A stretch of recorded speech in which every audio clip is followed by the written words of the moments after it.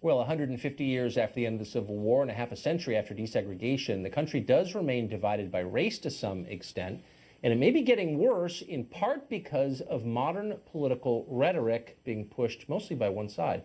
Over the weekend, for example, MSNBC political analyst Joan Walsh blamed white racism for the election of Donald Trump.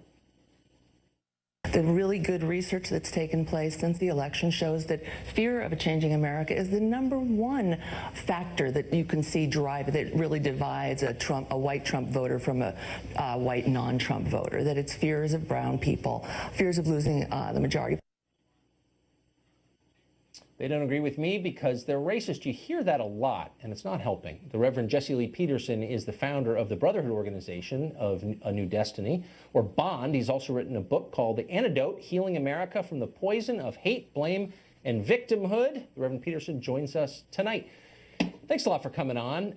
Have you noticed an accelerating tendency to make everything about race, especially in the last year? I have. And first, thank you for having me on, and happy Independence Day to you. I have to tell you, Tucker, on November 9th, 2016, I woke up early in the morning, turned on Fox News because I wanted the real news. I wanted to check to see if President Trump had won.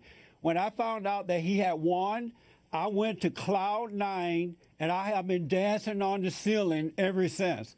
And the reason for that is because we finally have a government, we have a president who is going to keep his word. He's keeping his word by putting America first. He doesn't care what color you are, if you're male or female. He loves what's right. He loves the country. The liberals, people like Al Sharpton, Jesse Jackson, the far left liberals, the Democratic Party, and the rhino Republicans do not want that. And so what they're doing, they're using this phony idea of racism in order to keep the people angry and keep them divided.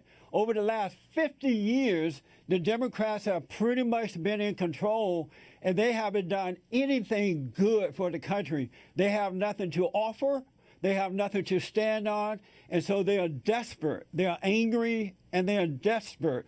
And what they're trying to do, Tucker, they're really going after the president's supporters. If they could turn the president's supporters away from him, then they can destroy the president. So they're using this phony idea of racism. Racism doesn't exist. It has never existed, and it's always been a lie. Our problem, our issues in life is good or bad, right or wrong, good versus evil. It has nothing to do with color at all, and they know that. So you think, like, let's say you were running a city, your party ran it for like 100 years, and you had high crime and very few job opportunities, and you said to the people in your city, you know what, don't be mad at me, be mad at that Confederate monument, or pick some symbolic issue to whip them into, to make them upset at people who weren't running the city. That would be the kind of tactic you're describing? Yes, sir. Because you cannot control a free people. You can't control a moral people. You have to demoralize them in order to control them. And as I write in my book, The Antidote, Healing America from the Poison of Hate, Blame, and Victimhood, not all, but most Black Americans are suffering not due to racism, but the destruction of the family and the lack of moral character. It's about that. And if we dealt with the family issue and the lack of character, Black Americans' lives would change overnight. And they don't want that. Look, we gave them a Black president. We gave them Barack Obama, a Black president, twice. I didn't vote for him, but he's there. And we got worse. Black Americans got worse. Yep.